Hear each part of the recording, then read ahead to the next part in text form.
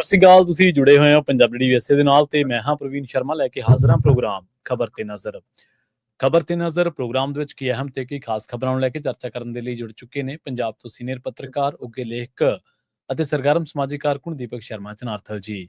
ਸ਼ਰਮਾ ਜੀ, ਸਤਿ ਸ਼੍ਰੀ ਅਕਾਲ, ਸਵਾਗਤ ਹੈ ਜੀ ਪੰਜਾਬੀ ਡੀਵੀਐਸਏ ਤੇ। ਸਤਿ ਸ਼੍ਰੀ ਅਕਾਲ ਪ੍ਰਵੀਨ ਜੀ, ਸਾਰੇ ਦਰਸ਼ਕਾਂ ਨੂੰ ਸਰੋਤਿਆਂ ਨੂੰ ਪਿਆਰ ਭਰੀ ਸਤਿ ਸ਼੍ਰੀ ਅਕਾਲ। ਸਤਿ ਸ਼੍ਰੀ ਅਕਾਲ ਜੀ। ਪ੍ਰੋਗਰਾਮ ਦੇ ਵਿੱਚ ਅੱਗੇ ਵਧਣ ਤੋਂ ਪਹਿਲਾਂ ਧੰਨਵਾਦ ਕਰਦੇ ਚਲੀਏ ਸਪਾਂਸਰਸ ਦਾ, ਜਿਹੜੇ ਜ਼ਰੀਆ ਬਣਦੇ ਨੇ ਇਹਨਾਂ ਪ੍ਰੋਗਰਾਮਾਂ ਨੂੰ ਤੁਹਾਡੇ ਤੱਕ ਪਹੁੰਚਾਉਣ ਦੇ ਲਈ।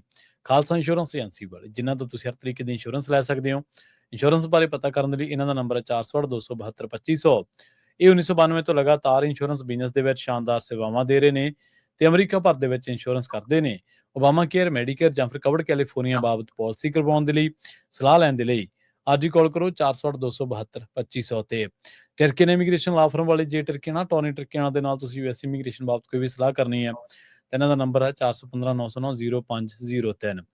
ਮਨਦੀਪ ਸਿੰਘ ਸੈਨ ਹੋਜੇ, ਓਂਕਾਰ ਸਿੰਘ ਫਰੈਜ਼ਨੋ, ਗੁਰਨਾਮ ਸਿੰਘ ਐਂਟੀਲੋਪ, ਜਰਨੈਲ ਸਿੰਘ ਸਿਆਟਲ, ਮਨਦੀਪ ਢਿੱਲੋਂ ਯੂਨੀਵਰਸਿਟੀ ਤੇ ਲਾਲੀ ਸਿੰਘ ਗਰੇਵਾਲ ਫਰੀਮੌਂਟ ਤੋਂ। ਇਹਨਾਂ ਸਾਰੇ ਹੀ ਸਪਾਂਸਰਸ ਦਾ ਬਹੁਤ ਬਹੁਤ ਧੰਨਵਾਦ। ਤੇ ਜੇਕਰ ਤੁਸੀਂ ਵੀ ਪੰਜਾਬੀ ਡੀਐਸਏ ਦੇ ਇਹਨਾਂ ਪ੍ਰੋਗਰਾਮਾਂ ਨੂੰ ਸਪਾਂਸਰ ਕਰਨਾ ਚਾਹੁੰਦੇ ਹੋ ਤਾਂ ਸਟੂਡੀਓ ਦਾ ਨੰਬਰ ਹੈ 468-272-5200। ਅੱਜ ਦਾ ਇਹ ਖਬਰ ਤੇ ਨਜ਼ਰ ਪ੍ਰੋਗਰਾਮ ਸਾਲ 2026 ਦੀ 23 ਜੁਲਾਈ ਦਾ ਪ੍ਰੋਗਰਾਮ ਹੈ ਤੇ ਦਿਨ ਅੱਜ ਵੀਰਵਾਰ ਹੈ। ਖਬਰਾਂ ਦੇ ਬੁਲਾਈਏ ਤੇ ਸ਼ੁਰੂਆਤ ਕਰੀਏ ਜੋ ਇਸ ਵੇਲੇ ਦਿੱਲੀ ਦੇ ਵਿੱਚ ਘਟਨਾਕ੍ਰਮ ਵਾਪਰ ਰਿਹਾ। ਪੇਪਰ ਲੀਕ ਮਾਮਲੇ ਦੇ ਵਿੱਚ ਮੋਦੀ ਸਾਹਿਬ ਨੇ ਵੀ ਹੁਣ ਆਪਣਾ ਜਿਹੜਾ ਵਰਤ ਹੈ, ਮੌਨ ਵਰਤ, ਉਹ ਤੋੜਿਆ ਤੇ ਉਹਨਾਂ ਨੇ ਆ ਕੇ ਟਿੱਪਣੀ ਕੀਤੀ ਹੈ। ਗੱਲਾਂ ਉਹ ਸਖਤ ਸਜ਼ਾ ਦੀਆਂ ਕਰ ਰਹੇ ਨੇ, ਪਰ ਦੂਜੇ ਪਾਸੇ ਹਕੀਕਤ ਇਹ ਹੈ ਕਿ ਵਿਦਿਆਰਥੀਆਂ ਦੇ ਉੱਤੇ ਐਨਐਸਏ ਠੋਕਿਆ ਜਾ ਰਿਹਾ ਜੀ। ਪ੍ਰਵੀਨ ਜੀ, ਕੱਲ ਪ੍ਰਧਾਨ ਮੰਤਰੀ ਨਰਿੰਦਰ ਮੋਦੀ ਹੋਰਾਂ ਦਾ ਇੱਕ ਟਵੀਟ ਸਾਹਮਣੇ ਆਉਂਦਾ ਜੀ, ਜਿਹਦੇ ਵਿੱਚ ਉਹ ਫਾਸਟ ਟਰੈਕ ਕੋਰਟ ਦੀ ਗੱਲ ਕਰਦੇ ਨੇ, ਸਖਤ ਸਜ਼ਾਵਾਂ ਦੀ ਗੱਲ ਕਰਦੇ ਨੇ ਜੀ। ਫਿਰ ਤੁਹਾਡੇ ਜਿਹੜਾ ਮਤਲਬ ਕਿ ਲੰਘਿਆ ਦਿਨ ਹੈ ਪੂਰਾ, ਤੇ ਸਾਡੀ ਉਸ ਸਮੇਂ ਰਾਤ ਸੀ। ਸਾਡੀ ਮਤਲਬ ਕਿ ਵੀਰਵਾਰ ਦੀ ਰਾਤ ਨੂੰ 12 ਵਜੇ ਜਦੋਂ ਸ਼ੁੱਕਰਵਾਰ ਦੀ ਸਵੇਰ ਚੜ੍ਹਨ ਵਾਲੀ ਹੈ, ਉਸ ਸਮੇਂ ਪ੍ਰਧਾਨ ਮੰਤਰੀ ਜੀ ਇੱਕ ਵੀਡੀਓ ਆਪਣੇ ਟਵਿੱਟਰ ਤੇ ਐਕਸ ਹੈਂਡਲ ਤੇ ਪਾਉਂਦੇ ਨੇ, ਰਾਤ ਦੇ 12 ਵਜੇ। ਮਤਲਬ ਹਨੇਰੇ 'ਚ ਹੀ ਕਿਉਂ ਕੰਮ ਕਰਨਾ ਪੈਂਦਾ ਸਰਕਾਰ ਨੂੰ, ਇਹ ਦੱਸੋ। ਸਹੀ ਹੈ, ਬਿਲਕੁਲ। ਅੱਧੀ ਰਾਤ ਨੂੰ 12 ਵਜੇ ਇੱਕੋ ਵੀਡੀਓ ਪੋਸਟ ਕਰਕੇ ਕਹਿੰਦੇ ਨੇ ਕਿ ਬਹੁਤ ਗੰਭੀਰ ਮਾਮਲਾ ਪੇਪਰ ਲੀਕ ਵਾਲਾ ਜੀ, ਤੇ ਅਸੀਂ ਕੈਬਨਿਟ ਦੇ ਵਿੱਚ ਮਤਲਬ ਕਿ ਇਹਦੇ ਉੱਤੇ ਚਰਚਾ ਕਰਕੇ ਬਿੱਲ ਲਿਆਵਾਂਗੇ ਤੇ ਬਿੱਲ ਲਿਆ ਕੇ ਫਾਸਟ ਟਰੈਕ ਰਾਹੀਂ। ਉਹੀ ਗੱਲ ਮਤਲਬ ਲਗਭਗ ਜਿਹੜੀ ਐਕਸ ਹੈਂਡਲ ਤੇ ਸੀ। ਪ੍ਰਧਾਨ ਮੰਤਰੀ ਮੋਦੀ ਵੀਰਵਾਰ ਰਾਤ ਨੂੰ 12 ਵਜੇ ਵਿਦਿਆਰਥੀਆਂ ਲਈ ਇੱਕ ਵੀਡੀਓ ਸੰਦੇਸ਼ ਜਾਰੀ ਕਰਦੇ ਨੇ। ਉਹਦੇ ਵਿੱਚ ਉਹ ਕਹਿੰਦੇ ਨੇ ਕਿ ਸਰਕਾਰ ਪੇਪਰ ਲੀਕ ਦੇ ਖਿਲਾਫ ਸਖਤ ਸਜ਼ਾ ਦਾ ਪ੍ਰੋਵੀਜ਼ਨ ਕਰਨ ਜਾ ਰਹੀ ਹੈ। ਠੀਕ ਹੈ ਜੀ। ਤੇ ਪੀਐਮ ਨੇ ਦੱਸਿਆ ਕਿ ਕੈਬਨਿਟ ਦੇ ਵਿੱਚ ਇਸ ਨਾਲ ਜੁੜੇ ਖਰੜੇ ਨੂੰ ਪੇਸ਼ ਕੀਤਾ ਜਾਊਗਾ ਤੇ ਉਹਦੇ ਤੇ ਚਰਚਾ ਹੋਊਗੀ ਜੀ, ਤੇ ਸਖਤ ਫੈਸਲੇ ਲਏ ਜਾਣਗੇ। ਮਨਜ਼ੂਰੀ ਮਿਲਣ ਤੋਂ ਬਾਅਦ ਅਸੀਂ ਅਗਲੇ ਹਫ਼ਤੇ ਸੰਸਦ ਦੇ ਵਿੱਚ ਬਿੱਲ ਪੇਸ਼ ਕਰਾਂਗੇ ਜੀ, ਤੇ ਨਾਲ ਹੀ ਇਸ ਨੂੰ ਪਾਸ ਕਰਾਉਣ ਦੀ ਕੋਸ਼ਿਸ਼ ਕਰਾਂਗੇ। ਠੀਕ ਹੈ। ਮਤਲਬ ਜੇ ਅੱਜ ਕੈਬਨਿਟ ਬੈਠਕ ਕਰ ਲੈਂਦੇ ਨੇ, ਅੱਜ ਉਹ 'ਚ ਮਨਜ਼ੂਰੀ, ਤਾਂ ਸੋਮਵਾਰ ਤੋਂ ਬਾਅਦ ਬਿੱਲ ਲਿਆਉਣ ਦੀ ਕਵਾਇਦ ਫਿਰ ਤੁਰ ਸਕਦੀ ਹੈ। ਚੰਗੀ ਗੱਲ ਆ। ਮੈਨੂੰ ਪਤਾ ਲੱਗਿਆ ਕਿ ਸਿੱਖਿਆ ਵਿਭਾਗ ਦੇ ਕੁਝ ਸਕੱਤਰਾਂ ਤੇ ਕਾਰਵਾਈ ਹੋਈ ਆ, ਕੁਝ ਹੇਠਲੇ ਪੱਧਰ ਤੇ ਨੁਮਾਇੰਦਿਆਂ ਤੇ ਅਧਿਕਾਰੀਆਂ ਤੇ ਕਾਰਵਾਈ ਹੋਈ ਆ ਪੇਪਰ ਲੀਕ ਮਾਮਲੇ 'ਚ। ਬਿਲਕੁਲ ਠੀਕ ਹੈ ਜੀ, ਕਾਰਵਾਈ ਹੋਣੀ ਬਣਦੀ ਹੈ। ਪੰਜਾਬ ਦੇ ਵਿੱਚ ਸਰਕਾਰ ਦੀ ਇੱਛਾ ਹੋਈ ਕਿ ਆਪਾਂ ਪੰਚਾਇਤੀ ਚੋਣਾਂ ਸਮੇਂ ਤੋਂ ਪਹਿਲਾਂ ਕਰਾ ਲਈਏ। ਮੁੱਖ ਮੰਤਰੀ ਸਾਹਿਬ ਨੇ ਖੁਦ ਐਲਾਨ ਕੀਤਾ ਕਿ ਵੀ ਕਰਾ ਦੋ ਚੋਣਾਂ, ਚੱਕ ਦੋ ਫੱਟੇ, ਇੰਨੀ ਤਰੀਕ ਤੋਂ ਹੋ ਜਾਣਗੀਆਂ ਚੋਣਾਂ ਜੀ। ਨੋਟੀਫਿਕੇਸ਼ਨ ਜਾਰੀ ਹੋ ਗਿਆ ਤੇ ਹੋਲਾ ਮਚ ਗਿਆ ਤੇ ਲੋਕ ਅਦਾਲਤਾਂ 'ਚ ਪਹੁੰਚ ਗਏ ਵੀ ਐਂ ਕਿਵੇਂ ਸਾਡੇ ਹੱਕ ਨਾਲ ਧੱਕਾ। ਸਹੀ ਹੈ। ਇਹ ਜੀ ਫੈਸਲਾ ਵਾਪਸ ਲੈਣਾ ਪਿਆ ਤੇ ਟੰਗੇ ਗਏ ਪੰਚਾਇਤ ਵਿਭਾਗ ਦੇ ਅਧਿਕਾਰੀ। ਠੀਕ ਹੈ। ਹੁਣ ਅਧਿਕਾਰੀ ਪੱਧਰ ਤੇ ਸੀ ਫੈਸਲਾ ਹੋ। ਪੰਜਾਬ ਦੇ ਖਰੜ ਥਾਣੇ ਦੇ ਵਿੱਚ ਲਾਰੈਂਸ ਬਿਸ਼ਨੋਈ ਦੀ ਇੰਟਰਵਿਊ ਹੋ ਗਈ ਜੇਲ੍ਹ ਦੇ ਅੰਦਰੋਂ, ਉਹ ਥਾਣੇ ਦੇ ਅੰਦਰੋਂ ਹੀ, ਚੌਂਕੀ ਚੋਂ ਹੀ। ਤੇ ਜੀ ਟੰਗਿਆ ਗਿਆ ਜੀ ਹੌਲਦਾਰ, ਮੁਨਸ਼ੀ, ਇਹ ਉਹ ਟੰਗ ਦੋ। ਰੌਲਾ ਪਏਗਾ ਵੀ ਕਿ ਇਹਨਾਂ 'ਚ ਇੰਨਾ ਦਮ ਆ ਗਿਆ ਕਿ ਇਹੀ ਕਰਾਉਂਦੇ ਨੇ। ਸਹੀ ਹੈ, ਬਿਲਕੁਲ। ਤੇ ਜੀ ਫਿਰ ਜਾ ਕੇ ਡੀਐਸਪੀ ਤੱਕ ਗੱਲ ਗਈ, ਤਾਂ ਵੀ ਉੱਪਰ ਨਹੀਂ ਗਈ। ਹੁਣ ਵੀ ਸਵਾਲ ਇਹੀ ਹੈ ਜੀ ਕਿ ਪੇਪਰ ਲੀਕ ਵਰਗਾ, ਨੀਟ ਪੇਪਰ ਲੀਕ ਵਰਗਾ ਐਡਾ ਬੜਾ ਕਾਰਾ ਸਕੱਤਰ ਪੱਧਰ ਤੇ ਹੋ ਜਾਂਦਾ ਹੈ, ਹੇਠਲੇ ਮੁਲਾਜ਼ਮ ਪੱਧਰ ਤੇ ਹੋ ਜਾਂਦਾ ਹੈ। ਸਹੀ ਹੈ। ਇੰਨਾ ਦਮ ਰੱਖਦੇ ਨੇ ਉਹ। ਤੇ ਇਸ ਦਾ ਵਿਦਿਆਰਥੀਆਂ ਨੇ ਵੀ, ਪ੍ਰਦਰਸ਼ਨਕਾਰੀਆਂ ਨੇ ਵੀ, ਉਹ ਕਾਂਗਰਸ ਜਨਤਾ ਪਾਰਟੀ ਦੇ ਨੁਮਾਇੰਦੇ ਨੇ ਜਿਹੜੇ, ਉਹਨਾਂ ਨੇ ਵੀ, ਵਿਰੋਧੀ ਧਿਰਾਂ ਨੇ ਵੀ ਇਸ ਟਵੀਟ ਦੇ ਉੱਤੇ ਜਾਂ ਮੋਦੀ ਦੇ ਉਸ ਫਾਸਟ ਟਰੈਕ ਵਾਲੇ ਬਿਆਨ ਦੇ ਉੱਤੇ ਜਾਂ ਵੀਡੀਓ ਸੰਦੇਸ਼ ਦੇ ਉੱਤੇ ਸਵਾਲ ਖੜੇ ਕੀਤੇ ਨੇ। ਉਹ ਕਹਿੰਦੇ ਪ੍ਰਧਾਨ ਮੰਤਰੀ ਜੀ, ਮੰਗਿਆ ਤਾਂ ਪ੍ਰਧਾਨ ਦਾ ਅਸਤੀਫਾ ਜਾ ਰਿਹਾ, ਉਹ ਅਸਤੀਫਾ ਕਿਉਂ ਨਹੀਂ ਲੈਂਦੇ, ਉਹਨੂੰ ਬਰਖਾਸਤ ਕਿਉਂ ਨਹੀਂ ਕਰਦੇ, ਉਹ ਦੱਸੋ। ਕਿਹਾ ਤਾਂ ਇਹ ਜਾ ਰਿਹਾ ਕਿ ਵੀ ਤੁਸੀਂ ਘੱਟੋ ਘੱਟ ਪੁਲਿਸ ਦੇ ਉੱਤੇ ਐਕਸ਼ਨ ਲਵੋ, ਪੁਲਿਸ ਨੇ ਜੋ ਵਧੀਕੀ ਕੀਤੀ ਹੈ, ਤੁਸੀਂ ਉਹ ਗੱਲ ਕਿਉਂ ਨਹੀਂ ਕਰਦੇ? ਸਹੀ ਹੈ, ਬਿਲਕੁਲ ਜੀ।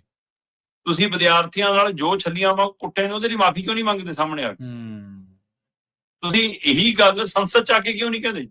ਇਹ ਵੈਸੇ ਇੱਕ ਲੋਕਤੰਤਰਕ ਤਰੀਕੇ ਦੇ ਵਿੱਚ ਇਹ ਸੰਵਿਧਾਨਕ ਇੱਕ ਪੈਰਾਮੀਟਰ ਬਣਿਆ ਹੋਇਆ ਕਿ ਜਦੋਂ ਸਦਨ ਚੱਲ ਰਿਹਾ ਹੋਵੇ, ਅਜਿਹੇ ਸਮੇਂ 'ਚ ਕੋਈ ਪਹਿਲੂ ਆਵੇ ਤਾਂ ਪ੍ਰਧਾਨ ਮੰਤਰੀ ਕਿਸੇ ਹੋਰ ਪਲੇਟਫਾਰਮ ਤੇ ਆਪਣੀ ਗੱਲ ਰੱਖਣ ਦੀ ਬਜਾਏ ਉਹ ਪਹਿਲ ਦਿੰਦੇ ਨੇ ਕਿ ਸਦਨ 'ਚ ਗੱਲ ਰੱਖਾਂ। ਬਿਲਕੁਲ ਸਹੀ ਹੈ। ਤੇ ਮੋਦੀ ਜੀ ਉੱਥੋਂ ਕਿਉਂ ਭੱਜਦੇ ਨੇ? ਤੇ ਦੂਜੀ ਗੱਲ, ਫਾਸਟ ਟਰੈਕ ਕੋਰਟ ਵਾਲਾ ਬਿਆਨ ਹੋਵੇ, ਟਵੀਟ ਹੋਵੇ, ਹੁਣ ਵੀਡੀਓ ਹੋਵੇ, ਉਹਦੇ ਤੇ ਯਕੀਨ ਕਿਵੇਂ ਕਰੀਏ ਮੋਦੀ ਜੀ? ਸਵਾਲ ਇਹ ਹੈ। ਕਾਰਨ ਸਾਲ 2024 ਦੇ ਵਿੱਚ 1 ਫਰਵਰੀ ਦੇ ਨੇੜੇ ਤੇੜੇ ਦੀ ਇੱਕ ਸ਼ਾਇਦ ਫਰਵਰੀ 2024 ਦੀ ਘਟਨਾ ਹੈ। ਉਸ ਸਮੇਂ ਅਜਿਹਾ ਹੀ ਕੁਝ ਹੋਇਆ ਸੀ ਤਾਂ ਪਾਰਲੀਮੈਂਟ 'ਚ ਪ੍ਰਧਾਨ ਮੰਤਰੀ ਜੀ ਨੇ ਇਹੀ ਗੱਲ ਦੁਹਰਾਈ ਸੀ ਕਿ ਮੈਂ ਬਹੁਤ ਦੁਖੀ ਮਹਿਸੂਸ ਕਰ ਰਿਹਾ, ਪੀੜਤਾਂ ਨੂੰ ਸਜ਼ਾਵਾਂ ਦਿਵਾਵਾਂਗੇ। ਹਾਂਜੀ ਹਾਂਜੀ, ਬਿਲਕੁਲ। ਦੋਸ਼ੀ ਬਖਸ਼ੇ ਨਹੀਂ ਜਾਣਗੇ, ਮੇਰੇ ਤੇ ਯਕੀਨ ਰੱਖੋ। ਪੇਪਰ ਲੀਕ ਵਾਲੇ ਮਾਮਲੇ 'ਚ ਤੱਤ ਵਿਰੋਧੀ ਧਿਰ ਕਹਿ ਰਹੀ 152 ਪੇਪਰ ਲੀਕ ਹੋਏ ਨੇ 10 ਸਾਲਾਂ 'ਚ। ਪਰ ਇਹ ਤੋਂ ਪਹਿਲਾਂ 4 ਵਾਰ ਪ੍ਰਧਾਨ ਮੰਤਰੀ ਜੀ ਇਸ ਤਰ੍ਹਾਂ ਦੀ ਗੱਲ ਕਹਿ ਚੁੱਕੇ ਨੇ, ਜਿਸ 'ਚ ਫਰਵਰੀ 2024 'ਚ ਉਹਨਾਂ ਨੇ ਇਹ ਗੱਲ ਕਹੀ ਸੀ। ਮੇਰੇ ਤੇ ਯਕੀਨ ਰੱਖੋ ਦੁਬਾਰਾ ਅਜਿਹਾ ਨਹੀਂ ਹੋਊਗਾ, ਦੋਸ਼ੀਆਂ ਨੂੰ ਸਖਤ ਸਜ਼ਾਵਾਂ। ਉਸ ਤੋਂ ਬਾਅਦ ਜੁਲਾਈ 2024 'ਚ ਫਿਰ ਇਹੀ ਗੱਲ ਲਗਭਗ ਦੁਹਰਾਉਣੀ ਪਈ ਜਦੋਂ ਰਾਸ਼ਟਰਪਤੀ ਨੇ ਇਹਦੇ ਪਰ ਟਿੱਪਣੀ ਕੀਤੀ, ਪੇਪਰ ਲੀਕ ਦਾ ਕਾਂਡ ਹੋਰ ਨਵਾਂ ਸਾਹਮਣੇ ਆਇਆ, ਤਾਂ ਫਿਰ ਉਹਨਾਂ ਦੇ ਹਵਾਲੇ ਨਾਲ ਪ੍ਰਧਾਨ ਮੰਤਰੀ ਜੀ ਨੇ ਗੱਲ ਕਹੀ। ਫਿਰ ਇਸੇ ਤਰ੍ਹਾਂ ਦਸੰਬਰ 2024 ਦੇ ਵਿੱਚ ਤੇ ਹੁਣ 21 ਜੁਲਾਈ ਨੂੰ ਵੀ ਕਹਿ ਕੇ ਹਟੇ ਨੇ ਕਿ ਦੋਸ਼ੀ ਬਖਸ਼ੇ ਨਹੀਂ ਜਾਣਗੇ, ਤੇ ਹੁਣ ਲੰਘੇ ਕੱਲ ਵੀ 23 ਜੁਲਾਈ ਨੂੰ ਵੀ ਫਿਰ ਕਹਿ ਕੇ ਹਟੇ ਨੇ ਬਸ ਇਹੀ ਰੀਲ ਪਾਈ ਕਿ ਜੀ ਹਾਂ ਫਾਸਟ ਟਰੈਕ। ਸੋ ਤੁਸੀਂ ਬਾਰ-ਬਾਰ ਇੱਕੋ ਗੱਲ ਦੁਹਰਾਉਂਦੇ ਹੋ ਤੇ ਬਾਰ-ਬਾਰ ਉਹ ਸਾਰਾ ਕੁਝ ਹੋ ਰਿਹਾ, ਫਿਰ ਤੁਹਾਡੇ ਤੇ ਯਕੀਨ ਕਿਵੇਂ ਕੀਤਾ ਜਾਵੇ? ਸਹੀ ਹੈ। ਤੁਸੀਂ ਕੀ ਪੁਲਿਸ ਵਾਲੇ ਤਾਲੁਕ ਕੀਤੇ? ਪੁਲਿਸ ਅਧਿਕਾਰੀਆਂ ਨੂੰ ਪੁੱਛਿਆ ਕਿ ਤੁਸੀਂ ਆਹ ਤਰੀਕਾ ਕਿਉਂ ਅਪਣਾਇਆ? ਜਵਾਕ ਸੀ, ਬੱਚੇ ਸੀ, ਮਾਸੂਮ ਸੀ, 10ਵੀਂ 12ਵੀਂ ਵਾਲੇ, ਕਾਲਜ ਵਾਲੇ, ਯੂਨੀਵਰਸਿਟੀਆਂ ਵਾਲੇ ਬੱਚੇ ਸੀ। ਸਹੀ ਹੈ। ਉਹਨਾਂ ਤੋਂ ਵੀ ਇਹ ਖਤਰਾ। ਕੋਈ ਪਰਚਾ ਕੀਤਾ ਕਿਸੇ ਤੇ? ਇਹ ਪਰਚਾ ਕੀਤਾ ਬੱਚਿਆਂ ਤੇ ਕੀਤਾ, 10 ਤੋਂ ਵੱਧ FIR ਦਰਜ ਨੇ। ਉਹ ਹੈਗਾ ਜੀ ਇਹਨਾਂ ਨੇ ਪੁਲਿਸ ਵਾਲਿਆਂ ਦੇ ਕੱਪੜੇ ਫਾੜੇ, ਪੁਲਿਸ ਵਾਲਿਆਂ ਨੇ ਡਾਂਗ ਮਾਰੀ ਜੀ, ਇਹਨਾਂ ਨੇ ਰੋੜਾ ਮਾਰਿਆ ਜੀ, ਇਹਨਾਂ ਨੇ ਗੱਡੀ ਭੰਨਤੀ। ਜਦੋਂ ਕੋਈ ਵੀਡੀਓ ਦਿਖ ਰਹੀ ਹੈ ਗੱਡੀਆਂ ਪੁਲਿਸ ਵਾਲੇ ਆਪ ਭੰਨ ਰਹੇ ਨੇ। ਸਵਾਲ ਇਹ ਹੈ ਕਿ ਰੋੜਿਆਂ ਵਾਲੇ ਉਹ ਬਾਰ-ਬਾਰ ਪੁੱਛੀ ਜਾਂਦੇ ਨੇ ਬੱਚੇ ਉੱਤੇ ਕਿ ਜੀ ਇੰਨਾ ਸਾਫ਼ ਸੁਥਰਾ ਇਲਾਕਾ, ਕਨੌਟ ਪਲੇਸ ਵਰਗਾ, ਜੰਤਰ ਮੰਤਰ ਵਰਗਾ, ਇੱਥੇ ਟਿੱਪਰ ਕੌਣ ਭਰ ਕੇ ਲਿਆ ਕੇ ਖੜੇ ਕਰ ਰਹੇ ਇੱਟਾਂ ਰੋੜਿਆਂ ਵਾਲੇ? ਸਹੀ ਹੈ ਬਿਲਕੁਲ। ਇਹ ਕਿੱਥੋਂ ਆ ਰਹੇ ਨੇ? ਫਿਰ ਸਵਾਲ ਇਹ ਵੀ ਹੈ ਕਿ ਬੱਚਿਆਂ ਨੇ ਡਾਂਗਾ ਫੜ ਲਈਆਂ ਪੁਲਿਸ ਵਾਲਿਆਂ ਦੀਆਂ, ਕਿਹਾ ਦੇਖੋ ਜੀ ਮੇਖਾਂ ਲਾ ਕੇ ਲਿਆ ਰਹੇ ਨੇ। ਤੇ ਉਸ ਤੋਂ ਬਾਵਜੂਦ ਵੀ ਇਹ ਬਿਲਕੁਲ ਦਰੁਸਤ ਹੈ ਕਿ ਜਦੋਂ ਪੁਲਿਸ ਨੇ ਉਹਨਾਂ ਦੇ ਹਮਲਾ ਕੀਤਾ, ਧੱਕਾ ਮੁੱਕੀ ਹੋਈ, ਤਾਂ ਉਹਦੇ ਵਿੱਚੋਂ ਕੁਝ ਬੱਚਿਆਂ ਨੇ ਵੀ, ਕਿਸੇ ਨੇ ਥੱਪੜ ਵੀ ਮਾਰਿਆ ਹੋਊ, ਕਿਸੇ ਨੇ ਧੋਇਆ ਵੀ ਹੋਊ, ਕਿਸੇ ਨੇ ਕੁਝ ਵੀ ਕੀਤਾ ਹੋਊ। ਪਰ ਇੱਕ ਪਾਸੇ ਹੀ ਕਾਰਵਾਈ, ਪੁਲਿਸ ਵਾਲੇ ਪਾਸੇ ਕਾਰਵਾਈ ਹੋਣੀ ਕੋਈ। ਸਹੀ। ਚਲੋ ਇਹ 10 FIR ਤਾਂ ਜਿਹੜੀਆਂ 10 ਜਾਂ 12 FIR ਹੋਈਆਂ ਨੇ ਤਾਂ ਇਹੀ ਨੇ ਨਾ ਕਿ ਇਸ ਤਰੀਕੇ ਕਰਨ ਨਾਲ ਜੀ ਗੱਡੀ ਭੰਨਣ ਦਾ ਦੋਸ਼ ਹੈ ਜੀ, ਪੁਲਿਸ ਤੇ ਹਮਲਾ ਕਰਨ ਦਾ ਦੋਸ਼ ਹੈ ਜੀ, ਕਾਨੂੰਨ ਨੂੰ ਹੱਥ 'ਚ ਲੈਣ ਦਾ ਦੋਸ਼ ਹੈ ਜੀ, ਇਹੋ ਜਿਹੇ ਮਾਮਲੇ ਨੇ। ਜੀ। ਪਰ ਹੁਣ ਤਾਂ ਇਹਨਾਂ ਮਾਮਲਿਆਂ ਦੀ ਲੋੜ ਹੀ ਨਹੀਂ ਰਹਿਣੀ ਜੀ।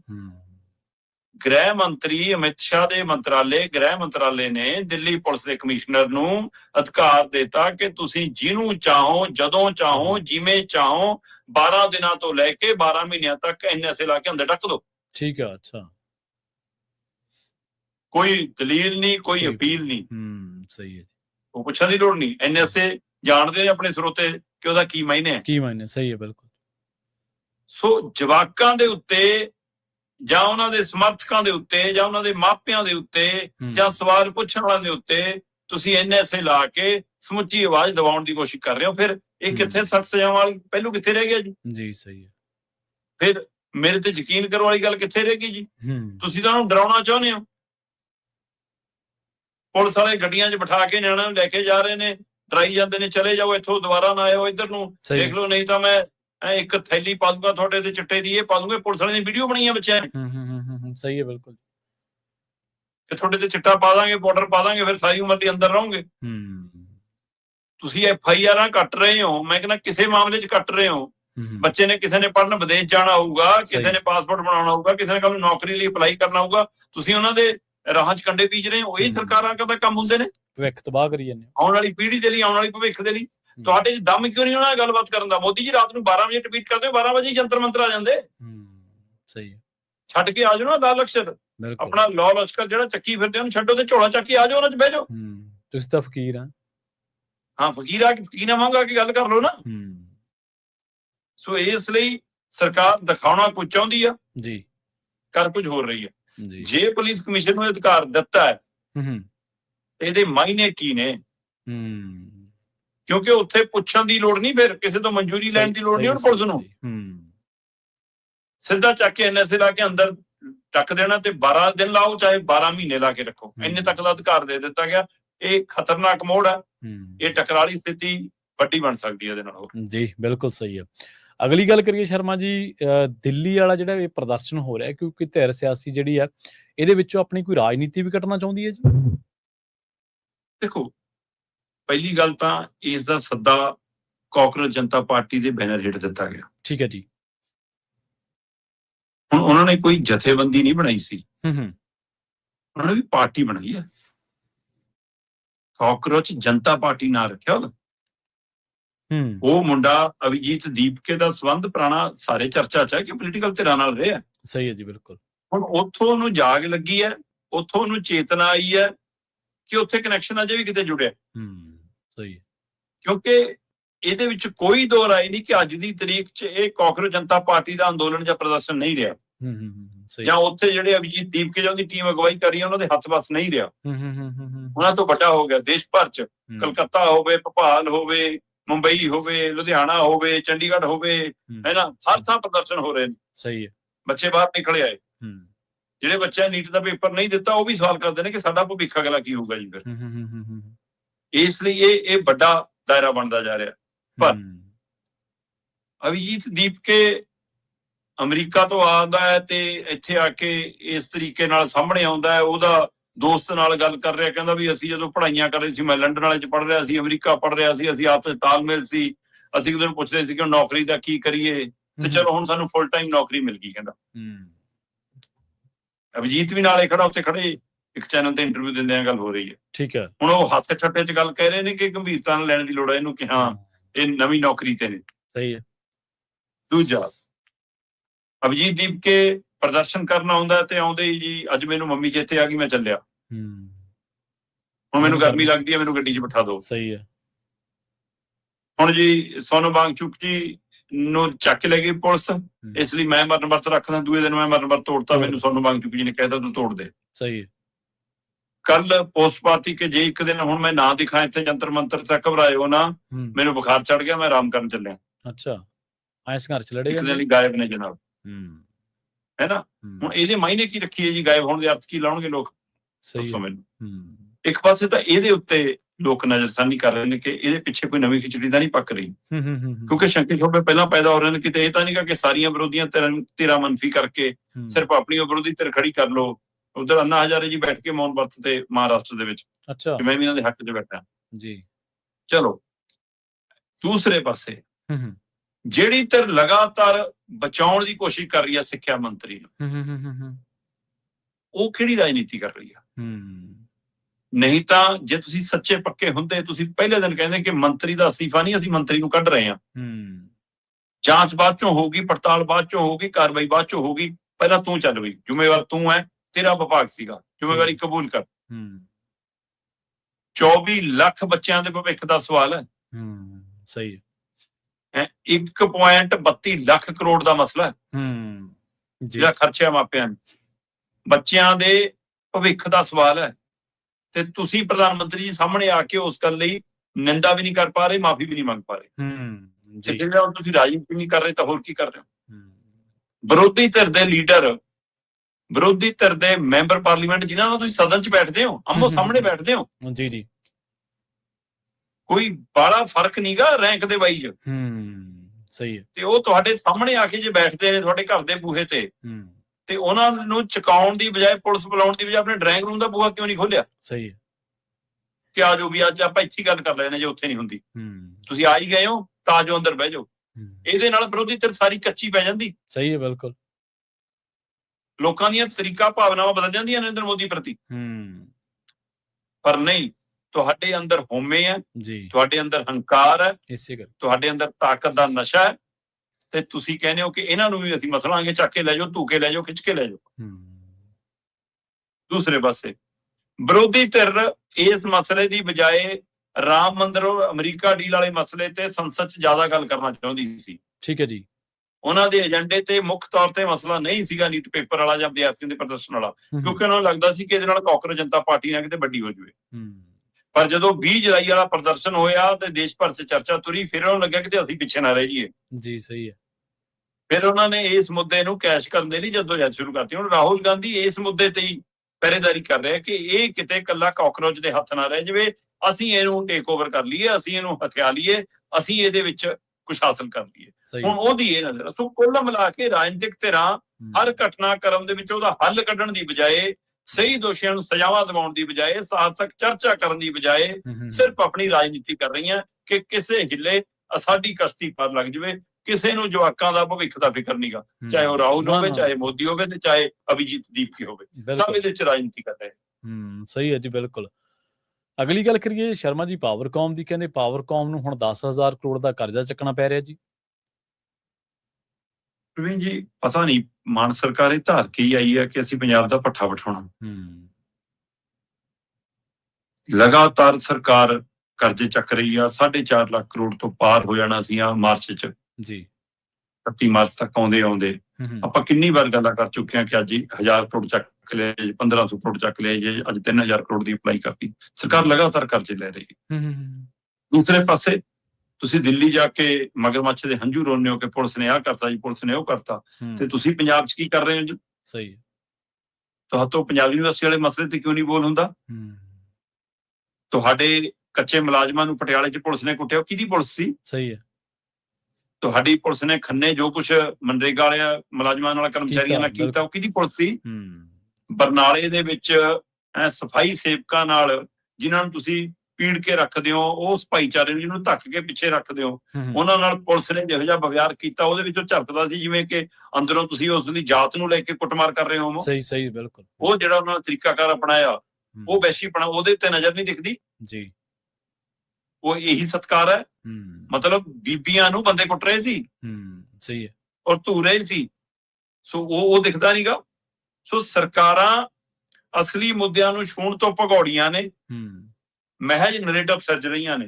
ਹੁਣ ਇਸ ਮਸਲੇ ਤੇ ਨਜ਼ਰਸਾਨੀ ਕਰਨਗੇ ਮੁੱਖ ਮੰਤਰੀ ਭਗਵੰਤ ਮਾਨ ਜੀ ਕਿ ਬਈ ਟੇਲਾਂ ਤੱਕ ਪਾਣੀ ਪਹੁੰਚਾਤਾ ਸੀ ਜੀ, ਨਹਿਰਾਂ ਚੋਂ ਸਪਲਾਈ ਦੇਤੀ ਜੀ, ਲੋਕ ਕਹਿੰਦੇ ਸਾਨੂੰ ਝੋਨਾ ਵਾਹੁਣਾ ਪੈ ਰਿਹਾ। ਸਹੀ। ਲੋਕ ਕਹਿੰਦੇ ਸਾਨੂੰ ਜੀ ਪਾਣੀ ਨਹੀਂ ਪੂਰਾ ਮਿਲ ਰਿਹਾ, ਪਾਣੀ ਨਹੀਂ ਮਿਲ ਰਿਹਾ, ਅੰਦਰ ਬਿਜਲੀ ਨਹੀਂ ਪੂਰੀ ਆ ਰਹੀ। ਤੁਸੀਂ ਤਾਂ ਕਹਿੰਦੇ ਸੀ 9 ਤੋਂ 5 ਦੀ ਡਿਊਟੀ ਕਰਤੀ ਅਸੀਂ ਕਿਸਾਨਾਂ ਦੀ, ਕਿ 9 ਤੋਂ 5 ਬਾਗੂਆਂ ਵਾਂਗ ਜਾਇਆ ਕਰੋ ਜੀ, 9 ਤੋਂ 5 ਮੋਟਰਾਂ ਦਾ ਟਾਈਮ, ਮਤਲਬ ਕਿ ਇਹ ਕਰਤਾ ਮੈਂ ਬਿਜਲੀ ਆਉਣ ਦਾ, ਮੋਟਰਾਂ ਚੱਲਿਆ ਕਰਨਗੇ, ਆ ਜਾਇਆ ਕਰਿਓ। ਉਹ ਕਹਿੰਦੇ ਪੂਰੀ ਤਾਂ ਦੇ ਦਿਓ ਬਿਜਲੀ। ਸਹੀ। ਪਿੰਡਾਂ 'ਚ ਵੈਸੇ ਕੱਟ ਲੱਗ ਰਹੇ ਨੇ, ਅਜੇ ਤਾਂ ਮੌਸਮ ਪਿਛਲੇ 2-4 ਦਿਨਾਂ ਤੋਂ ਠੀਕ ਚੱਲ ਰਿਹਾ ਮਾੜਾ ਮੋਟਾ, ਤਾਂ ਕਰਕੇ ਉਨੀ ਡਿਮਾਂਡ ਨਹੀਂ ਬਿਜਲੀ ਦੀ। ਤੇ ਹਰ ਸਾਲ ਪਿਛਲੇ ਸਾਲ ਨਾਲੋਂ 1000-1200 ਮੈਗਾਵਾਟ ਵਧਣੀ ਹੁੰਦੀ ਹੈ। ਪ੍ਰਬੰਧ ਕਿਹਨੇ ਕਰਨੇ ਆ? ਸਹੀ ਹੈ, ਬਿਲਕੁਲ। ਸਰਕਾਰ ਤੁਹਾਡੀ ਹੈ। ਦੂਸਰਾ, ਹੁਣ ਇੱਕ ਪਾਸੇ ਤਾਂ ਬਿਜਲੀ ਸੰਕਟ ਦਿਖਦਾ, ਦੂਸਰੇ ਪਾਸੇ ਪਾਵਰਕੌਮ ਦਾ ਆਰਥਿਕ ਸੰਕਟ ਦਿਖਣ ਲੱਗ ਗਿਆ। ਸਹੀ ਹੈ। ਪਾਵਰਕੌਮ ਦੇ ਕੋਲ ਮੁਲਾਜ਼ਮਾਂ ਨੂੰ ਸਮੇਂ ਸਿਰ ਤਨਖਾਹ ਦੇਣ ਲਈ, ਪੈਨਸ਼ਨਾਂ ਦੇਣ ਲਈ ਵੀ ਪ੍ਰਬੰਧ ਨਹੀਂ ਪੂਰਾ ਹੋ ਪਾ ਰਿਹਾ। ਠੀਕ ਹੈ। ਕਾਰਨ ਸਿੱਧਾ ਜਾਏ ਕਿ ਜੀ ਉਹ ਕਹਿੰਦੇ ਸਾਡੇ ਕੋਲੋਂ ਜਿਹੜੀਆਂ ਇਹ ਮੁਫਤ ਬਿਜਲੀ ਦੀਆਂ ਸਕੀਮਾਂ ਚਲਵਾਉਂਦੇ ਨੇ, ਉਹਦੀ ਸਬਸਿਡੀ ਵੀ ਸਮੇਂ ਸਿਰ ਅਦਾ ਨਹੀਂ ਕਰਦੇ। ਹੁਣ ਤੁਸੀਂ 300 ਯੂਨਿਟ ਵਾਲਾ ਫਾਰਮੂਲਾ ਚਲਾਇਆ ਹੋਇਆ ਜੀ ਕਿ 300 ਯੂਨਿਟ ਅਸੀਂ ਮੁਫਤ ਦੇਣਾ ਜੀ, ਤੇ ਅਸੀਂ ਉਹਦੀ ਜੀ ਭਰਪਾਈ ਪਾਵਰਕੌਮ ਨੂੰ ਕਰਕੇ ਦੇਵਾਂਗੇ। ਸਮਾਗਮਾਂ 'ਚ ਖੜਾ ਕਰ ਲੈਣਗੇ ਪਾਵਰਕੌਮ ਵਾਲੇ ਅਧਿਕਾਰੀ ਨੂੰ, ਦੱਸੋ ਜੀ ਮਿਲ ਗਏ ਪੈਸੇ? ਹਾਂਜੀ ਮਿਲ ਗਏ ਜੀ। ਸਹੀ ਹੈ। 7000 ਕਰੋੜ ਤੋਂ ਵੱਧ ਬਕਾਇਆ ਖੜਾ ਸਰਕਾਰ ਕੰਨੀ। ਦੱਸੋ ਇਹਨੂੰ ਪਾਵਰਕੌਮ ਦਾ ਭੱਠਾ ਨਹੀਂ ਬੈਠੂਗਾ ਤਾਂ ਹੋਰ ਕੀ ਹੋਊਗਾ? ਜੀ ਸਹੀ ਹੈ। 7000 ਕਰੋੜ। ਪੰਜਾਬ ਦੇ ਵਿੱਚ 80% ਤੋਂ ਬਾਅਦ ਵੱਧ ਮੁਲਾਜ਼ਮ ਪਾਵਰਕੌਮ ਦੇ ਹੜਤਾਲ ਤੇ ਨੇ। ਡੀਏ ਵਾਲੇ ਮਾਮਲੇ 'ਚ ਤੁਹਾਤੋਂ ਗੱਲ ਤਨ ਪੱਤਾ ਨਹੀਂ ਲੱਗ ਰਹੀ, ਅਦਾਲਤ 'ਚ ਫੈਸਲਾ ਰਾਖਵਾਂ ਹੋ ਗਿਆ, ਤੁਸੀਂ ਉਹ ਤੋਂ ਬਚਣਾ ਚਾਹੁੰਦੇ ਕਿ ਟੱਪ ਜਵੇ, ਜੇ ਇੱਥੇ ਨਾਲ ਕਣੀ ਅਸੀਂ ਸੁਪਰੀਮ ਕੋਰਟ ਵੀ ਚਲੇ ਜਾਵਾਂਗੇ, ਤੁਸੀਂ ਦੇਣਾ ਨਹੀਂ ਚਾਹੁੰਦੇ ਡੀਏ ਦੇ ਪੈਸੇ। ਇੱਧਰ ਪਾਵਰਕੌਮ ਦੇ ਮੁਲਾਜ਼ਮ 80% 'ਚ ਹੜਤਾਲ ਤੇ ਹੁਣ, ਤੇ ਅੰਦਾਜ਼ਾ ਲਾ ਲਓ ਸਥਿਤੀ ਕੀ ਹੈ ਪੰਜਾਬ 'ਚ। ਸਹੀ ਹੈ ਜੀ, ਬਿਲਕੁਲ। ਹੁਣ ਆ ਜੋ ਪਾਵਰਕੌਮ ਕਹਿੰਦੇ ਵੀ ਸਾਡਾ ਨਹੀਂ ਸਰਦਾ, ਅਸੀਂ 10,000 ਕਰੋੜ ਦਾ ਕਰਜ਼ਾ ਚੱਕਾਂਗੇ। ਠੀਕ ਹੈ। ਤੇ ਸਰਕਾਰ ਕਹਿੰਦੀ ਅਸੀਂ ਨਹੀਂ ਗਰੰਟੀ ਦੇ ਸਕਦੇ ਤੁਹਾਡੀ। ਸਰਕਾਰ ਦੀ ਗਰੰਟੀ ਤੋਂ ਬਿਨਾਂ ਜੇ ਉਹਨਾਂ ਨੇ ਕਰਜ਼ਾ ਚੱਕਣਾ ਤਾਂ ਕਿਵੇਂ ਚੱਕਣਗੇ ਜੀ? ਸਵਾਲ ਤਾਂ ਇਹ ਹੈ। ਸਹੀ ਹੈ, ਬਿਲਕੁਲ। ਜੇ ਪਾਵਰਕੌਮ ਨੂੰ 7000 ਕਰੋੜ ਜਿਹੜਾ ਬਿਜਲੀ ਸਬਸਿਡੀ ਦਾ ਬਕਾਇਆ ਖੜਾ ਹੈ ਉਹ ਮਿਲ ਜਵੇ, 2600 ਕਰੋੜ ਦੇ ਕਰੀਬ ਸਰਕਾਰੀ ਵਿਭਾਗਾਂ ਦੇ ਬਿੱਲ ਦੇ ਬਕਾਏ ਖੜੇ ਨੇ। ਮਤਲਬ ਜਿਵੇਂ ਮੰਨ ਲਓ ਥਾਣਿਆਂ ਦੇ ਬਿੱਲ, ਤਹਿਸੀਲਾਂ ਦੇ ਬਿੱਲ, ਨਾ ਪਟਵਾਰਖਾਨਿਆਂ ਦੇ ਬਿੱਲ, ਹੋਰ ਪੰਚਾਇਤ ਵਿਭਾਗ ਦੇ ਬਿੱਲ, ਆ ਜੀ ਕੌਂਸਲ ਦੇ ਬਿੱਲ, ਇਹਦਾ ਸਰਕਾਰੀ ਅਦਾਰਿਆਂ ਦੇ, ਇੱਥੋਂ ਤੱਕ ਕਿ ਕਿੰਨੇ ਹੀ ਸਰਕਾਰੀ ਅਹੁਦੇਦਾਰਾਂ ਦੇ ਵੀ ਬਿੱਲ ਵੀ ਕਿੰਨੇ ਹੋਣਗੇ ਸਰਕਾਰਾਂ ਦੇ। 2600 ਕਰੋੜ ਦਾ ਸਰਕਾਰੀ ਵਿਭਾਗਾਂ ਨਹੀਂ ਬਿੱਲ ਬਕਾਇਆ ਖੜਾ ਤੇ 7000 ਸਰਕਾਰ ਵਾਲੇ ਪਾਸੇ ਖੜਾ। ਸਹੀ ਹੈ, 9600 ਕਰੋੜ ਬਣਦਾ ਤੇ ਸਰਕਾਰ ਕਹਿੰਦੀ ਅਸੀਂ 10000 ਕਰੋੜ ਨੂੰ ਕਰਜ਼ੇ ਦੀ ਤੁਰੰਤ ਲੋੜ ਹੈ। ਸਹੀ ਹੈ। ਹੁਣ ਇਹਦਾ ਦੂਸਰਾ ਅਰਥ ਕੀ ਇਹ ਪਾਵਰਕੌਮ ਨੂੰ ਬਚਾਉਣ ਦੇ ਲਈ, ਚਲਾਉਣ ਦੇ ਲਈ ਲੋਨ ਲਿਆ ਜਾ ਰਿਹਾ, ਜਾਂ ਪਾਵਰਕੌਮ ਨੂੰ ਜਾਣਬੁੱਝ ਕੇ ਸਰਕਾਰ ਅਦਾ ਨਹੀਂ ਕਰ ਰਹੀ ਕਿਉਂਕਿ ਉਹ ਚਾਹੁੰਦੀ ਹੈ ਕਿ ਉਹ ਜ਼ਮੀਨਾਂ ਗਹਿਣੇ ਪਾਉਣ, ਅਸੀਂ ਉਹ ਸਿੱਧੀ ਉਂਗਲ ਨਾਲ ਜਿਹੜਾ ਘਿਓ ਨਹੀਂ ਨਿਕਲਦਾ ਸੀ ਉਹ ਟੇਢੀ ਉਂਗਲ ਨਾਲ ਕੱਢਣ ਦੀ ਕਵਾਇਦ ਹੈ, ਕੰਨ ਐ ਨਹੀਂ ਫੜਨਾ ਐ ਫੜਨਾ। ਉਹ ਜ਼ਮੀਨਾਂ ਬਚਾਉਣ ਦੇ ਲਈ ਜਿਹੜੇ ਧਰਨੇ ਲਾ ਰਹੇ ਨੇ ਪਾਵਰਕੌਮ ਦੇ ਮੁਲਾਜ਼ਮ, ਤੇ ਪਾਵਰਕੌਮ ਦਾ ਮੁਖੀ ਤੁਸੀਂ ਉਹ ਲਾਇਆ ਜਿਹੜਾ ਤੁਹਾਡਾ ਚਿਹਤਾ ਸੀ, ਜਿਹੜਾ ਤਕਨੀਕੀ ਤੌਰ ਤੇ ਮਾਹਰ ਹੈ ਜਾਂ ਨਹੀਂ ਹੈ, ਪਰ ਤੁਸੀਂ ਉਹਦੇ ਅਨੁਸਾਰ ਨਿਯਮ ਛਾਂਗੇ ਤਾਂ ਕਿ ਆਪਣਾ ਹੀ ਬੰਦਾ ਬਿਠਾਈਏ, ਉਹ ਤੋਂ ਕੰਮ ਕਰਾਈਏ। ਤੇ ਤਾਂ ਵੀ ਜੇ ਮੁਲਾਜ਼ਮ ਇਸ ਗੱਲ ਤੇ ਅੜੇ ਨੇ, ਜੇ ਯੂਨੀਅਨਾਂ, ਸਾਰੀਆਂ ਯੂਨੀਅਨਾਂ ਉਹਨਾਂ ਦੀਆਂ, ਕਿ ਵੀ ਅਸੀਂ ਜ਼ਮੀਨ ਨਹੀਂ ਵਿਕਣ ਦੇਣੀ ਪਾਵਰਕੌਮ ਦੀ, ਤੇ ਹੁਣ ਜੇ ਉਹਨਾਂ ਨੂੰ ਲੋਨ ਚੱਕਣਾ ਪੈਣਾ ਉਸੇ ਜ਼ਮੀਨਾਂ ਦੀ ਗਰੰਟੀ ਤੇ, ਇਹਦਾ ਮਤਲਬ ਮਾਫੀਆ ਦੀ ਐ ਨਜ਼ਰ ਹੈ ਕਿ ਏਦਾਂ ਉਹਨਾਂ ਦੇ ਉੱਤੇ ਦਬਾਅ ਬਣਾ ਲਈਏ ਕਿ ਇਸ ਲਈ ਸਰਕਾਰ ਅਦਾ ਨਹੀਂ ਕਰ ਰਹੀ 7000 ਕਰੋੜ, ਜਾਂ ਸਰਕਾਰ ਹੱਥ ਖੜੇ ਕਰਕੇ ਬਾਹਰ ਆ ਜਾਵੇ, ਸਾਡੇ ਕੋਲ ਨਹੀਂ ਦੇ ਹੁੰਦੇ ਜਿੰਨਾ ਡੀਏ ਦੇ ਹੁੰਦਾ, ਨਾ ਆਹ ਦੇ ਹੁੰਦਾ। ਸੋ ਇਸ ਲਈ ਪਾਵਰਕੌਮ ਦਾ ਭੱਠਾ ਬੈਠ ਰਿਹਾ, ਸਰਕਾਰ ਦਾ ਭੱਠਾ ਬੈਠ ਰਿਹਾ, ਇਹ ਪੰਜਾਬ ਦਾ ਭੱਠਾ ਬਿਠਾ ਰਹੇ ਹੋ ਤੁਸੀਂ। ਜੀ ਬਿਲਕੁਲ। ਤੇ ਸ਼ਰਮਾ ਜੀ, ਜਿਹੜੇ ਮਹਿਕਮੇ ਨੇ ਭਾਵੇਂ ਤਾਂ ਉਹ ਚਲੋ ਖੁਦਮੁਖਤਿਆਰੀ ਦੇ ਤੌਰ ਤੇ ਆਪਦੇ ਫਾਈਨਾਂਸ ਦਾ ਜਿਹੜਾ ਉਹ ਕਰਦੇ ਨੇ ਫੈਸਲਾ, ਪਰ ਅੰਡਰ ਤਾਂ ਸਰਕਾਰ ਦੇ ਨੇ। ਪਾਵਰਕੌਮ ਕੋਈ ਹਰਿਆਣੇ ਦਾ ਪਾਵਰਕੌਮ ਥੋੜਾ ਤੁਸੀਂ ਕਹਿੰਦੇ ਗਰੰਟੀ ਨਹੀਂ ਦੇਣੀ, ਅਸੀਂ ਹੈ ਤਾਂ ਪੰਜਾਬ ਦਾ ਹੀ ਪਾਵਰਕੌਮ। ਹਾਂਜੀ, ਅਗਲੀ ਗੱਲ ਕਰੀਏ ਦਿੱਲੀ ਬੈਠਕ ਦੇ ਵਿੱਚ ਜਿਹੜੀ ਕਾਂਗਰਸ ਦੇ ਵਿੱਚ ਜਿਹੜੀ ਇੰਟਰਨਲ ਆਪਾਂ ਦੇਖਿਆ ਸੀਗਾ ਵਾਰ ਚੱਲੀ ਜਾਂਦੀ ਹੈ, ਇੱਕ ਸ਼ਬਦੀ ਜੰਗ ਚੱਲੀ ਜਾਂਦੀ ਹੈ, ਇੱਕ ਦੂਜੇ ਨਾਲ ਸ਼ਬਦੀ ਜੰਗ ਨਹੀਂ, ਇਕੱਲੇ ਮਨਮੁਟਾਵ ਵੀ ਹੈਗੇ ਨੇ, ਇੱਕ ਦੂਜੇ ਨਾਲ ਸਹਿਮਤੀਆਂ ਵੀ ਹੈਣਗੀਆਂ। ਦਿੱਲੀ ਦੇ ਵਿੱਚ ਬੈਠਕ ਚੱਲ ਰਹੀ ਸੀ ਕਾਂਗਰਸ ਦੀ, ਚੰਨੀ ਨੇ ਫਿਰ ਅਸਤੀਫੇ ਦੀ ਪੇਸ਼ਕਸ਼ ਦੇ ਦਿੱਤੀ ਹੈ ਜੀ ਇੱਕ ਵਾਰੀ ਫਿਰ। ਪ੍ਰਵੀਨ ਜੀ, ਪਿਛਲੇ 2 ਦਿਨਾਂ ਤੋਂ ਲਗਭਗ ਭੁਪੇਸ਼ ਬਘੇਲ ਦੀ ਅਗਵਾਈ 'ਚ ਬੈਠਕਾਂ ਦਾ ਦੌਰ ਦਿੱਲੀ ਚੱਲ ਰਿਹਾ ਜੀ। ਚੰਨੀ ਤੇ ਰਾਜਾ ਵੜਿੰਗ ਇੱਕੋ ਮੇਜ਼ ਤੇ ਇੱਕੋ ਪਾਸੇ ਨਾਲੋਂ ਨਾਲ ਦੀਆਂ ਕੁਰਸੀਆਂ ਤੇ ਬਿਠਾ ਲਏ ਭੁਪੇਸ਼ ਬਘੇਲ ਨੇ। ਠੀਕ ਹੈ ਗੱਲ ਹੈ ਜੀ, ਠੀਕ ਹੈ ਜੀ। ਬੈਠ ਕੇ ਬੈਠਕ 'ਚ ਖਹਿਰੇ ਨੂੰ ਵੀ ਬੁਲਾ ਲਿਆ, ਡਾਕਟਰ ਅਮਰ ਸਿੰਘ ਨੂੰ ਵੀ ਬੁਲਾ ਲਿਆ, ਸੁਖਜਿੰਦਰ ਰੰਧਾਵਾ ਵੀ ਹੈਗੇ, ਰਾਜਕੁਮਾਰ ਵੇਰਕਾ ਵੀ ਹੈਗਾ, ਵਿਜੇਂਦਰ ਸਿੰਘਲਾ ਵੀ ਹੈਗੇ, ਸਾਰੇ ਬੁਲਾ ਲਿਆ। ਆਜੋ ਜੀ, ਜਿੰਨੀਆਂ ਕਮੇਟੀਆਂ ਬਣਾਈਆਂ ਉਹਨਾਂ ਦੇ ਚੇਅਰਮੈਨ ਸਾਰੇ ਸੱਦ ਲਏ, ਸਾਰਾ ਕੁਝ ਹੋ ਗਿਆ। ਲਓ ਜੀ, ਕਮੇਟੀ ਤੇ ਬੈਠ ਕੇ ਗੱਲ ਬਣ ਗਈ, ਆਪਣੀ ਇੱਕ ਟੀਮ ਬਣ ਗਈ, ਜਿਉਂ ਜਾ ਕੇ ਕੰਮ ਕਰੋ। ਤੇ ਜੀ ਬਾਕੀ ਤੁਹਾਡਾ ਰੋਡ ਮੈਪ ਸਾਰਾ ਰਾਹੁਲ ਗਾਂਧੀ ਨਾਲ ਬੈਠ ਕੇ ਆਪਾਂ ਬਣਾ ਦਾਂਗੇ। ਬਸ ਰਾਹੁਲ ਗਾਂਧੀ ਨੂੰ ਸਮਾਂ ਨਹੀਂ ਮਿਲ ਰਿਹਾ। ਰਾਹੁਲ ਗਾਂਧੀ ਤਾਂ ਹੁਣ ਉੱਧਰ ਉਸ ਮਸਲੇ ਤੇ ਕੈਸ਼ ਕਰਨ ਨੂੰ ਲੱਗੇ ਨੇ ਕਿ ਸ਼ਾਇਦ ਇਸ ਮਸਲੇ ਨਾਲ ਮੇਰੀ ਕਸ਼ਤੀ ਪਾਰ ਲੱਗ ਜਾਵੇ, ਉਹਦਾ ਧਿਆਨ ਉੱਧਰ ਆਉਂ, ਇਸ ਮਸਲੇ ਤੇ ਹੈ ਨਹੀਂ। ਪਰ ਫਿਰ ਵੀ ਕਹਿੰਦੇ ਜੀ ਅਗਸਤ ਤੱਕ ਮਾਮਲਾ ਨਿਬੜ ਜੂਗਾ ਜੀ, ਤੇ ਫਿਰ ਇਹਨੂੰ ਪੰਜਾਬ ਤਾਰ ਦਾਂਗੇ। ਭੁਪੇਸ਼ ਬਘੇਲ ਨੇ 2 ਫਾਰਮੂਲੇ ਦਿੱਤੇ ਨੇ ਕਿ ਜਾਂ ਤਾਂ ਰੈਲੀ ਵਾਲੀ ਸਟੇਜ ਤੇ ਇਕੱਠੇ ਚੜਾ ਕੇ ਹੱਥਾਂ 'ਚ ਹੱਥ ਪਵਾ ਕੇ ਖੜੇ ਕਰਾਵਾਂਗੇ, ਨਹੀਂ ਇੱਕੋ ਪਾਸੇ 'ਚ ਚੜਾਵਾਂਗੇ, ਇਕੱਠੇ ਪੰਜਾਬ ਦੀ ਸੈਰ ਕਰਾਵਾਂਗੇ ਜੀ ਜੀ। ਤੇ ਬਸ ਹੁਣ ਰਾਹੁਲ ਗਾਂਧੀ ਕੋਲ ਬੈਠ ਕੇ ਫਾਈਨਲ ਕਰਨਾ। ਚਰਨਜੀਤ ਚੰਨੀ ਨੇ ਬੈਠਕ ਦੇ ਵਿੱਚ ਫਿਰ ਉਂਗਲ ਖੜੀ ਕਰਕੇ ਸਵਾਲ ਕੀਤਾ। ਠੀਕ ਹੈ, ਉਹ ਕਹਿੰਦਾ ਬਘੇਲ ਸਾਹਿਬ ਜਿੱਥੇ ਸਟੇਜ ਤੇ ਚੜਾਉਣਾ ਚੜਾ ਲਿਓ, ਜਿਹੜੀ ਬੱਸ 'ਚ ਬਿਠਾਉਣਾ ਬਿਠਾ ਲਿਓ, ਛੱਤ ਤੇ ਬਿਠਾ ਦਿਓ, ਪਿੱਛੇ ਖਿੜਕੀ ਨਾਲ ਲਟਕਾ ਦਿਓ, ਜਿੱਥੇ ਕਹੋਗੇ ਉੱਥੇ ਖੜ ਕੇ ਕੰਮ ਕਰ ਦੂੰ, ਜਿੱਥੇ ਭਾਸ਼ਣ ਦੇਣਾ ਭਾਸ਼ਣ ਦੇ ਦੂੰ, ਜਿੱਥੇ ਦਰੀ ਵਿਛਾਉਣੀ ਦਰੀ ਵਿਛਾ ਦੂੰ। ਮੈਂ ਪਾਰਟੀ ਦਾ ਵਰਕਰ ਜੀ, ਮੈਂ ਤਾਂ ਸੱਚਾ ਸਿਪਾਹੀ ਜੀ, ਮੈਂ ਤਾਂ ਰਾਹੁਲ ਦਾ ਸਿਪਾਹੀ ਜੀ, ਪਰ ਆ ਰਾਜਾ ਵੜਿੰਗ ਨਾਲ ਨਹੀਂ ਕੰਮ ਕਰਦਾ। ਅੱਛਾ, ਇਹ ਵੱਡੀ ਗੱਲ ਹੈ। ਸਹੀ ਹੈ ਕਿ ਅਗਲੇ ਨੇ ਫਿਰ ਅੜੀ ਤੜੀ ਦਿਖਾਈ ਆ ਉੱਥੇ ਜਾ ਕੇ। ਇੱਥੇ ਤੱਕ ਇਹ ਨਹੀਂ ਮਾਮਲਾ, ਇੱਥੇ ਤੱਕ ਆਇਆ। ਉਹ ਕਹਿੰਦੇ ਜੀ ਜੇ ਤਾਂ ਤੁਸੀਂ ਦਿੱਲੀ ਬੈਠ ਕੇ ਆਪਣੀ ਪਗਾਉਣੀ ਆ, ਫਿਰ ਤਾਂ ਰਾਹੁਲ ਨੂੰ ਵੀ ਕੀ ਮਿਲਣਾ ਤੇ ਕਿਸੇ ਨੂੰ ਵੀ ਕੀ ਮਿਲਣਾ, ਸਾਨੂੰ ਦੱਸੋ ਕੀ ਕਰਨਾ ਸੀ, ਜਾ ਕੇ ਉਵੇਂ ਸ਼ੁਰੂ ਕਰ ਦਿੰਦੇ ਆ। ਫਿਰ ਨਤੀਜੇ ਨਾ ਸਾਨੂੰ ਪੁੱਛੋ, ਨਤੀਜੇ ਆਪਣੇ ਹਿਸਾਬ ਨਾਲ ਹੀ ਦੇਖ ਲਿਓ ਜੋ ਆਉਣਗੇ। ਤੇ ਜੇ ਪੰਜਾਬ ਦੀ ਧਰਾਤਲ ਜਾਂ ਸਾਡੇ ਵਰਕਰਾਂ ਸਮਰਥਕਾਂ ਦੀ ਆਵਾਜ਼ ਸੁਣ ਕੇ ਫੈਸਲਾ ਲੈਣਾ, ਫਿਰ ਸਾਡੀ ਗੱਲ ਤੇ ਗੌਰ ਕਰੋ ਜੀ। ਫਿਰ ਨਤੀਜੇ ਗੌਰ ਕਰੋ ਦਾ ਮਤਲਬ ਕੀ ਹੈ ਕਿ ਕੀ ਚੰਨੀ ਇਹੀ ਕਹਿ ਰਹੇ ਨੇ ਕਿ ਜੀ ਫਿਰ ਮੇਰੇ ਤੇ ਗੌਰ ਕਰੋ। ਸਹੀ ਹੈ, ਫਿਰ ਮੇਰੇ ਸਿਰ ਤੇ ਪੱਗ ਰੱਖੋ ਕਿ ਜਾ ਵੀ ਤੂੰ, ਤੇਰੇ ਸਿਰ ਤੇ ਤਾਜ ਰੱਖਿਆ, ਤੂੰ ਕੱਲ ਕਰ ਮੁੱਖ ਮੰਤਰੀ ਦਾ ਚਿਹਰਾ ਬਣ ਕੇ ਕੰਮ। ਕੀ ਇਹ ਨਿੱਜ ਤੱਕ ਹੈ ਕਿ ਪਾਰਟੀ ਤੱਕ ਹੈ? ਇਸ ਸਮੇਂ ਦੇਸ਼ ਤੋਂ ਲੈ ਕੇ ਪੰਜਾਬ ਤੱਕ ਜਿਹੜੇ ਮੁੱਦੇ ਨੇ, ਉਹਨਾਂ ਮੁੱਦਿਆਂ 'ਚ ਪੰਜਾਬ ਦੀ ਕਾਂਗਰਸ ਕਿਤੇ ਲੱਭਦੀ ਨਹੀਂ। ਤੁਸੀਂ ਪਿਛਲੇ 4-5 ਮਹੀਨਿਆਂ ਤੋਂ ਆਪਣੀ ਰੱਸਾ ਕੱਸੀ 'ਚ ਆਪਣੇ ਹੀ ਘਰੇ ਕੁੰਡੀ ਲਾ ਕੇ ਤੂੰ ਮੈਂ ਉਲਝੇ ਹੋਏ ਹੋ। ਵਿਰੋਧੀ ਧਿਰ ਦਾ ਕਦੇ ਰੋਲ ਵੈਸੇ ਤਾਂ 4.5 ਸਾਲ 'ਚ ਨਹੀਂ ਨਿਭਾ ਪਾਈ ਹੈ ਕਦੇ ਸਰਕਾਰ ਪਾਰਟੀ, ਤੇ ਹੁਣ 3 ਮਹੀਨੇ ਤੋਂ ਤੁਸੀਂ ਜਮਾ ਹੀ ਗਾਇਬ ਹੋ। ਪਰ ਉਸ ਦੇ ਬਾਵਜੂਦ ਵੀ ਚੰਨੀ ਨੇ ਉੱਥੇ ਇੱਕ ਗੱਲ ਇਹ ਦੁਹਰਾਤੀ ਕਿ ਭਾਈ ਮੇਰਾ ਚੇਅਰਮੈਨੀ ਤੋਂ ਲੈ ਲਓ ਅਸਤੀਫਾ, ਮੈਂ ਜੇ ਰਾਜਾ ਵੜਿੰਗ ਦੇ ਪ੍ਰਧਾਨ ਹੁੰਦੇ ਕਿਸੇ ਅਹੁਦੇ ਤੇ ਕੰਮ ਨਹੀਂ ਕਰਨਾ। ਠੀਕ ਹੈ ਜੀ। ਮੈਂ ਬਿਨਾਂ ਉਹ ਤੋਂ ਹੀ ਵਰਕਰ ਵਜੋਂ ਹੀ ਕੰਮ ਕਰ दूंगा, ਮੈਨੂੰ ਇਹ ਮਨਜ਼ੂਰ ਨਹੀਂਗਾ। भूपेश बघेल जी नहीं नहीं ऐसे नहीं होता, ऐसे नहीं होता, आप काम करो, हम टीम है, करेंगे करेंगे, ऐ कह के ऐ मानोटा मुक जाणगे जी कहण नाल। सही है। ਜੇ ਤੁਸੀਂ ਹੱਲੇ ਨਹੀਂ ਕਰੋਗੇ, ਇਹ ਰਾਜਾ ਵੜਿੰਗ ਦੇ ਮਨ ਚ ਕੀ ਹੈ ਤੇ ਚੰਨੀ ਦੇ ਮਨ ਚ ਕੀ ਹੈ, ਜਦੋਂ ਤੱਕ ਇਹ ਸੁਣ ਕੇ ਉਹਨੂੰ ਦੂਰ ਕਰਨ ਦੀ ਕਵਾਇਦ ਨਹੀਂ ਕਰੋਗੇ, ਦੋਵਾਂ ਨੂੰ ਇਕੱਲਿਆਂ ਨੂੰ ਬਿਠਾ ਕੇ ਸੁਣ ਲਓ, ਤੋ ਕੱਢ ਲੈਣ ਗੁੱਪ ਗੁਹਾਟ ਜੇ ਕੋਈ ਹੈਗਾ। तो ਉਸ ਦੇ ਬਾਵਜੂਦ ਵੀ ਬੈਠਕ ਖਤਮ ਹੋ ਗਈ। ਜਦੋਂ ਤੁਸੀਂ ਇੰਚਾਰਜ ਨੇ ਬੈਠਕ ਬੁਲਾਈ ਜੀ, ਸਾਰੇ ਸੱਦੇ ਤੇ ਬੈਠਕ ਖਤਮ ਹੋ ਕੇ ਸਾਰੇ ਹੀ ਬਾਹਰ ਆਉਣਗੇ ਨਾ, ਸਾਰੇ ਬਾਹਰ ਆ ਗਏ, ਰਾਜਾ ਵੜਿੰਗ ਫੇਰ ਭੁਪੇਸ਼ ਬਘੇਲ ਦੇ ਨਾਲ ਕੁਸਰ ਮੁਸਰ ਕਰਨ ਬੈਠਾ ਅੰਦਰ। ਠੀਕ ਹੈ। ਫਿਰ ਦੱਸੋ ਜੇ ਮਾੜੀ ਮੋਟੀ ਇੱਕ ਦੀ ਗੱਲ ਹੋਈ ਹੋਊਗੀ, ਫਿਰ ਨਿਬੜ ਗਈ ਹੋਊਗੀ। ਸੋ ਇਸ ਲਈ ਅਜੇ ਗੱਲ ਤਾਂ ਪਤਾ ਨਹੀਂ ਲੱਗੀ, ਅਜੇ ਇਹਨਾਂ ਦਾ ਕਾਟੋ ਕੜੇਸ ਜਾਰੀ ਹੈ। ਇਹ ਆਪਣੀ ਰੱਸਾਕੱਸੀ ਉਲਝੇ ਨੇ, ਪੰਜਾਬ ਆਪਣੇ ਮਸਲਿਆਂ ਚ ਆਪ ਉਲਝਿਆ। ਨਾ ਸੱਤਾਧਾਰੀ ਧਿਰ ਪੰਜਾਬ ਨਾਲ ਖੜੀ ਨਜ਼ਰ ਆਉਂਦੀ ਹੈ, ਨਾ ਵਿਰੋਧੀ ਧਿਰ ਪੰਜਾਬ ਨਾਲ ਖੜੀ ਨਜ਼ਰ ਆਉਂਦੀ ਹੈ, ਨਾ ਅਕਾਲੀ ਧਿਰ ਪੰਜਾਬ ਨਾਲ ਖੜੀ ਨਜ਼ਰ ਆਉਂਦੀ ਹੈ। ਸਾਰੇ ਹੀ ਆਪਣੇ ਕੋਈ ਗੱਠਜੋੜ ਨੂੰ ਭੱਜਿਆ, ਕੋਈ ਰਲੇਵੇਂ ਨੂੰ ਭੱਜਿਆ, ਤੇ ਕਿਸੇ ਨੂੰ ਲਿਆਉਣ ਨੂੰ ਭੱਜਿਆ, ਕੋਈ ਕਿਸੇ ਨੂੰ ਭੰਡਣ ਨੂੰ ਭੱਜਿਆ। ਪੰਜਾਬ ਲਈ ਕੋਈ ਨਹੀਂ ਭੱਜਦਾ। ਮੁੱਖ ਮੰਤਰੀ ਦੀ ਕੁਰਸੀ ਤੇ ਸਾਰੇ ਬਹਿਣਾ ਚਾਹੁੰਦੇ ਆ, ਪਰ ਲੋਕਾਂ ਦੀ ਲੜਾਈ ਕੋਈ ਨਹੀਂ ਲੜਨਾ ਚਾਹੁੰਦਾ, ਕੋਈ ਨਹੀਂ ਲੜਨਾ, ਜ਼ਮੀਨ ਤੇ ਕੋਈ ਨਹੀਂ ਆਉਣਾ ਚਾਹੁੰਦਾ। ਸਾਰੇ ਕਹਿੰਦੇ ਵੀ ਬਸ ਜਹਾਜ਼ ਤੋਂ ਉਤਰੀਏ ਤੇ ਸਿੱਧਾ ਸਹੁੰ ਚੱਕ ਲਈਏ, ਬਸ ਇਹ ਇਸੇ ਗੱਲ ਦੇ ਵਿੱਚ ਹੀ ਫਿਰਦੇ ਨੇ। ਜਾਂਦਿਆਂ ਦੀ ਗੱਲ ਕਰੀਏ ਕੱਚੇ ਤੇਲ ਦੀ, ਇੱਕ ਪਾਸੇ ਦਿੱਲੀ ਦੇ ਵਿੱਚ ਲੋਕਾਂ ਦਾ ਖਾਸਾ ਜ਼ੋਰ ਲੱਗਿਆ ਪਿਆ, ਦੂਜੇ ਪਾਸੇ ਕਹਿੰਦੇ ਵੀ ਭਾਰਤੀਆਂ ਨੂੰ ਫਿਰ ਮਹਿੰਗਾਈ ਦੀ ਮਾਰ ਪੈ ਸਕਦੀ ਹੈ। ਕੱਚਾ ਤੇਲ $100 ਤੋਂ ਪਾਰ ਹੋ ਗਿਆ ਤੇ ਪੈਟਰੋਲ ਤੇ ਡੀਜ਼ਲ ਦੀਆਂ ਕੀਮਤਾਂ ਫਿਰ ਵਧਣਗੀਆਂ ਜੀ। ਪ੍ਰਵੀਨ ਜੀ, ਬੜੀ ਚਿੰਤਾਜਨਕ ਸਥਿਤੀ ਆ। ਜੀ ਜੀ।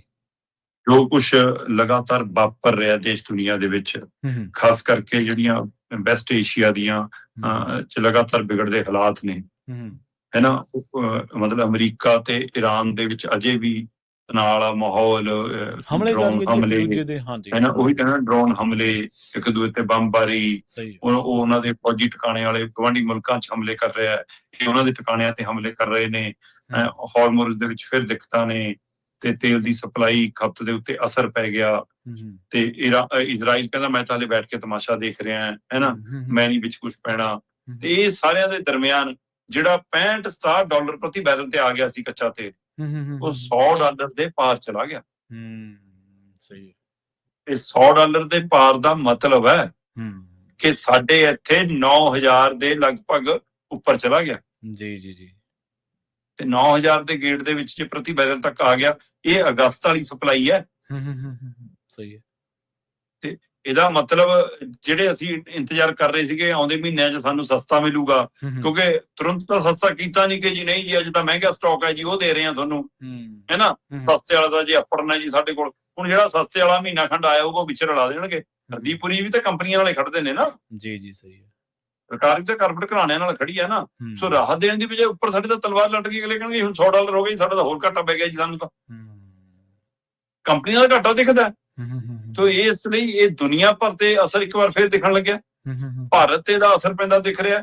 ਕੱਚੇ ਤੇਲ ਦੀਆਂ ਕੀਮਤਾਂ ਵਧਣ ਦਾ ਮਤਲਬ ਸਿੱਧਾ ਕਿ ਪੈਟਰੋਲ ਡੀਜ਼ਲ ਗੈਸ ਦੀਆਂ ਕੀਮਤਾਂ 'ਚ ਫਿਰ ਇਜ਼ਾਫਾ ਹੋਣਾ। ਬਿਲਕੁਲ ਬਿਲਕੁਲ। ਪਰ ਮੇਰਾ ਸਵਾਲ ਤਾਂ ਇਹ ਹੈ ਜੀ ਕਿ ਕੀ ਟਰੰਪ ਨੂੰ ਬੈਠ ਕੇ ਕੋਈ ਸਮਝਾਉਣ ਵਾਲਾ ਹੈ ਹੀ ਨਹੀਂ ਦੇਸ਼ ਦੁਨੀਆ 'ਚ ਜੀ, ਕਿ ਦੁਨੀਆ ਭਰ ਦੇ ਲੀਡਰ ਇੱਕ ਸੁਰ ਹੋ ਕੇ ਉਹਨੂੰ ਸਮਝਾ ਹੀ ਨਹੀਂ ਜਾ ਸਕਦੇ, ਅਕਲ ਦਾ ਦਾਣਾ ਪਾ ਹੀ ਨਹੀਂ ਸਕਦੇ।